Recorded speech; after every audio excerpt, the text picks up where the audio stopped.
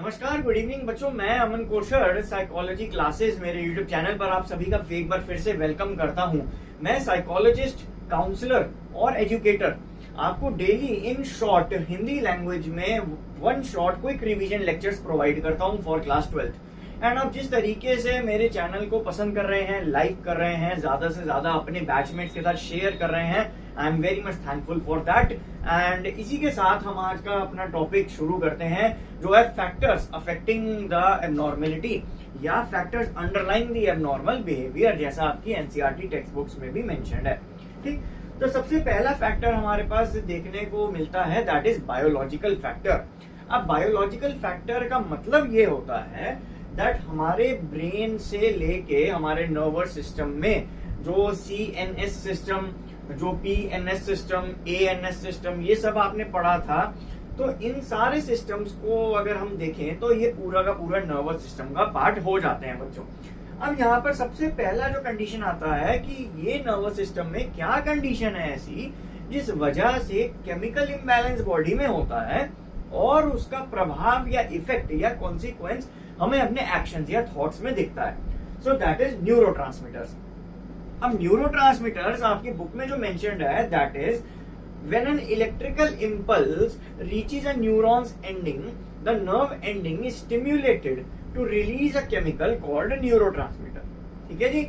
अब ये neurotransmitter release होता है नर्व एंडिंग पे, यानी कि जो न्यूरॉन है उसकी एंडिंग पे। अब एंडिंग पे जो जगह होती है दैट इज साइनेप्टिक लेफ्ट। अब साइनेप्टिक लेफ्ट में अगर ये न्यूरोट्रांसमीटर ज्यादा है, कम है या है ही नहीं, तो हमारे को बायोलॉजिकल चेंजेस की वजह से हमारा मूड डिसऑर्डर, हमारा एंजाइटी, हमारा energy level, sleep deprivation, insomnia, hyper activity, mania, सारी चीजें नजर आ सकती हैं। So that is why. और ये न्यूरोट्रांसमीटर्स हमें मिलते कहां से हैं? First is the diet. तो ये डाइट से हमें सबसे ज्यादा, हमारे खान पान के तरीके से ये सारी चीजें हमें प्रोवाइड होती हैं, मोस्ट ऑफ द थिंग्स। अब सबसे पहला आता है हमारे पास एंजाइटी के लिए गाबा का न्यूरोट्रांसमीटर। अब ऐसा बताया गया है आपकी एनसीईआरटीज में, ये इन्फॉर्मेशन रॉन्ग नहीं है बट थोड़ी सी कम है। एज अ साइकोलॉजिस्ट मैं आपको कंप्लीट इन्फॉर्मेशन बताने की कोशिश करूंगा, तो एंड तक वीडियो देखना ना भूलें। सबसे पहला है हमारे पास एंजाइटी के लिए, जैसे देखा, गामा न्यूरोट्रांसमीटर्स का लो लेवल हो जाना, डिप्रेशन में सेरोटोनिन का लो लेवल हो जाना, और वहीं डोपामीन का हाई लेवल हो जाता है स्किज़ोफ्रेनिया में।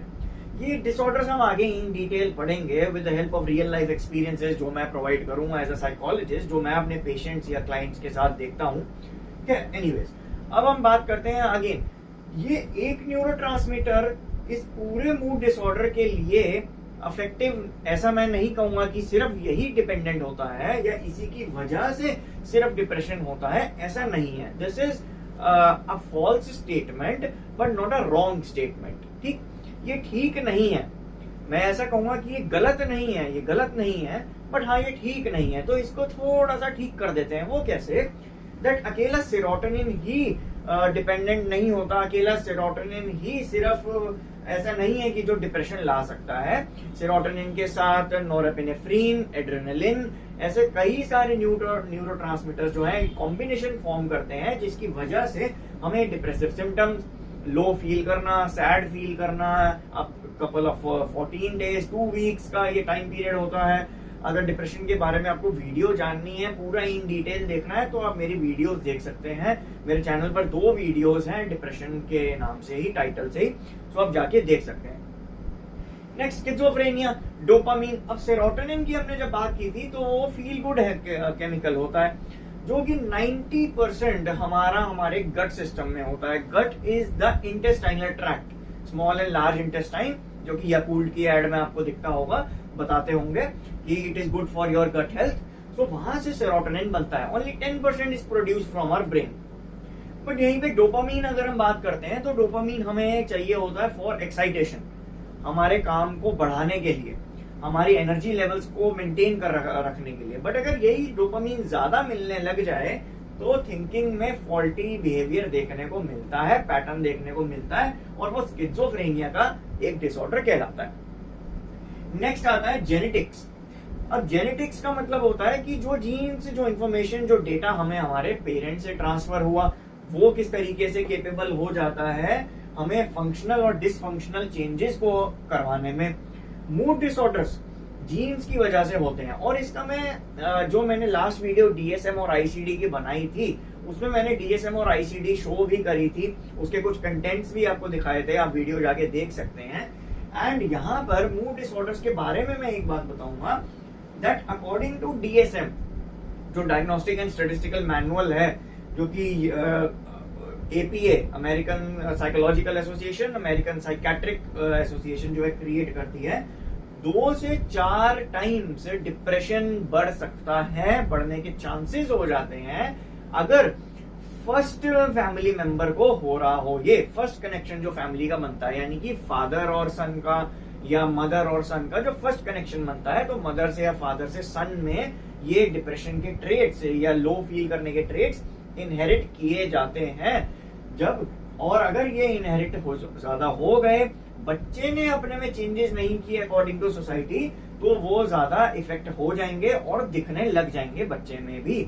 जब वो बच्चा बड़ा होगा तो उसको वो चेंजेस नजर आएंगे। And 1/3 is for anxiety. Now 1/3 ये नंबर ऐसा नहीं है कि कम हो रहा है, 1/3 बहुत बड़ा नंबर है कि 1/3 सिम्टम्स एंजाइटी के जो बच्चों में या बड़ों में हो जाते हैं, वो आपके जीन से आपको ट्रांसफर किए जाते हैं। So that is a research based topic according to DSM. Next आते हैं साइकोडायनेमिक चेंजेस पे। अब साइकोडायनेमिक के लिए अगेन मेरी वीडियो अपलोडेड है, जो कि मैंने इन ब्रीफ और फुल कंप्लीट इन ब्रीफ यानी कि छोटे समय में, शॉर्ट टाइम में बहुत कुछ बताने की कोशिश करी है साइकोडायनेमिक पर्सनालिटी के अकॉर्डिंग। यहाँ पर सिगमंड फ्रॉइड, जिन्होंने structure of personality, ego, super ego define किया था, और उनके साथ उन्होंने ये चीज कही थी लेवल्स ऑफ कॉन्शियसनेस, जहां पर उन्होंने कहा था कॉन्शियस, सबकॉन्शियस एंड अनकॉन्शियस। अब हमारा अनकॉन्शियस बिहेवियर, जो मैंने अपनी वीडियो में बताया भी था और अभी भी मैं वो लिख रहा हूं, दैट हमारी 3/4 पर्सनैलिटी जो है वो हमारा अनकॉन्शियस प्रोवाइड करता है, according to Sigmund Freud, according to psychodynamic psychoanalytic theory. ठीक, अब ये अनकॉन्शियस जो होता है ये कहां से अराइज करता है? It arises from our childhood. जो चाइल्डहुड हमें एक्सपीरियंसेस मिले हैं, जो चाइल्डहुड हमारे साथ अच्छी चीजें, बुरी चीजें, कुछ नेगेटिव इफेक्ट्स, पॉजिटिव इफेक्ट्स हुए हैं, वो सब कुछ स्टोर हो जाता है हमारे अनकॉन्शियस में, और वो फ्यूचर में हमें विजिबल होता है हमारे बिहेवियर में because of our actions and thoughts and emotions. इसको मैं अकॉर्डिंगली बोलता हूं अपने आपके लिए याद रखने के लिए, दैट इज द TBE। ये एक थेरेपी है, CBT आपको याद होगा अगर आपने पढ़ा हो वो चैप्टर। तो CBT एक थेरेपी होती है, कॉग्निटिव बिहेवियरल थेरेपी, जहां पर इन दोनों चीजों में, इन तीनों चीजों का बहुत ही बड़ा कोरिलेशन बनता है, that is the thoughts, behaviour and emotions.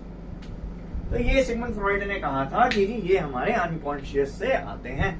अब लास्ट टॉपिक हमारा हो जाता है बिहेवियरल। बिहेवियर के लिए मैंने बिहेवियरल अप्रोच भी बताई थी, जहां पर मैंने ये चीज समझाई थी दैट एक प्रोसेस होता है कंडीशनिंग, जो कि क्लास 11th में स्किनर और मैस्लो ने, I am so sorry, not Maslow, यहाँ पर स्किनर ने बताया था, हमारे पास BF स्किनर थे और पैवलोव थे, जहां पर ये चीज बताई थी दैट कंडीशनिंग एक प्रोसेस होता है जहां से आपका बिहेवियर लिंक हो जाता है आपके थॉट्स और आपके रिवॉर्ड स्ट्रक्चर पे। ठीक, तो यहाँ पर कंडीशनिंग 2 तरीके की थी, क्लासिकल और ऑपरेंट। एंड बिहेवियर लर्न किया जाता है from the society, from our environment, जिसमें कि मैल अडेप्टिव बिहेवियर, यानी ये जो सोसाइटी के नॉर्म्स के अकॉर्डिंग ना हो, जो उस इंडिविजुअल के लिए गलत हो, वो बिहेवियर बन जाता है आपका बिहेवियरल फैक्टर, जिस वजह से एबनॉर्मलिटी शो हो सकती है। यहाँ पर सोशल लर्निंग का भी कंसेप्ट बताया था, जो कि एल्बर्ट बेंड्यूरा ने बोबोडॉल एक्सपेरिमेंट के थ्रू समझाया। उन्होंने ये चीज बताई थी that through observation, imitation and modelling of the behaviour, जो कि एक इंसान कर रहा है, तो अगर वही चीज एक और इंसान देखता है, उसे इमिटेट करने की कोशिश करता है, यानी कि उसे कॉपी करके एक्ट करने की कोशिश करता है, तो वो सोशल लर्निंग का कंसेप्ट बनता है, जिसके अकॉर्डिंग बच्चे जो हैं ज्यादातर, अब यहाँ पर देखिए कि किस तरीके से जो ऑनलाइन गेमिंग स्ट्रक्चर, जो एक इकोसिस्टम बना हुआ है, वो सोशल लर्निंग के कंसेप्ट पे चल रहा है, और साथ ही साथ classical conditioning and operant conditioning भी कैसे सोशल लर्निंग के थ्रू बच्चा जो है ऐसी वायलेंट गेम्स खेलता है जिस वजह से उसको एक्शन या गन फाइटिंग या फाइटिंग करने का मन करता है। तो वो ये चीजें सीख रहा है और वो इम्प्लीमेंट करता है अपने स्कूल में अपने दोस्तों के साथ उसी तरीके का एग्रेसिव बिहेवियर। अब यहाँ पर वो एग्रेसिव बिहेवियर करने के बाद उसको वो चीज अच्छी लगती है, उसकी बॉडी को प्लेजर मिलती है, that is the operant conditioning. अब बॉडी को प्लेजर कहां से मिलती है? That is because of the structure of work personalities given by Freud of id, ego and super ego. Id pleasure principle पे काम करता है, जिसके अकॉर्डिंग अगर ऑपरेंट कंडीशनिंग हो रही है तो वो रिवॉर्ड स्ट्रक्चर किसके पास जाता है? इड के पास। और इड ईगो को कंट्रोल करता है, जो ऑब्वियसली रियलिटी में दोबारा से वो एक्शन या बिहेवियर करवाएगा ही करवाएगा। सो इसी चीज को डीकंडीशन किया जाता है through psychological interventions and from the help of a psychological और mental health professional. So thank you so much. आज की वीडियो को भी आप आई होप कि देखें एंड पूरी वीडियो देखा कीजिए ताकि आपको in short crisp information one liners आपको मिल पाए अपने बोर्ड एग्जामिनेशंस के लिए भी। So thank you so much and keep learning and keep studying.